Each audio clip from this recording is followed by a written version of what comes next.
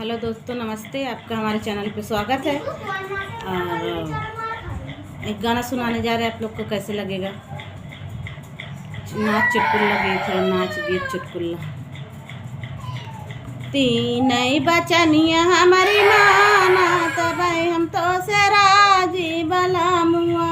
तीन बचनिया हमारी माना तब हम तो से राजी बला मुआ। तीन बचनिया हमारी माना तब तो से राजी बला मुआ। अपने निहाथ से पूड़िया बनावा, अपने निहाथ से पूड़ी कचौड़ी बनावा, अपने हाथ खियावा तब हम तो से राजी बला मुआ। अपने निहाथ से खियावा तब तो से राजी बला मुआ। तीन बचनिया हमारी माना तब तो से राजी बला मुआ। तीन बचनिया हमारी माना तब तो से राजी बला मुआ। जाई के बाजारिया से साड़िया लियावा, जाई के बाजारिया से साड़िया लियावा।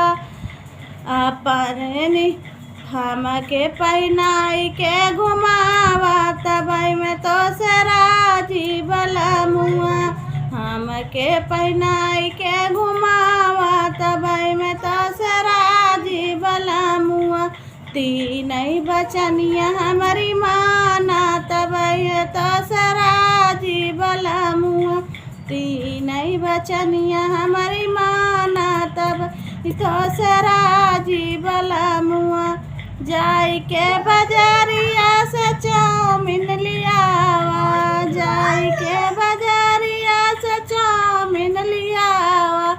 चिम्मच से उठाई के खियावा तब तो से राजी बला मुआ। चिम्मच से उठाई के खियावा तब तो से राजी बला मुआ। तीन बचनिया हमारी माना तब तो से राजी बला मुआ। तीन बचनिया हमारी माना तब तो से राजी बला मुआ।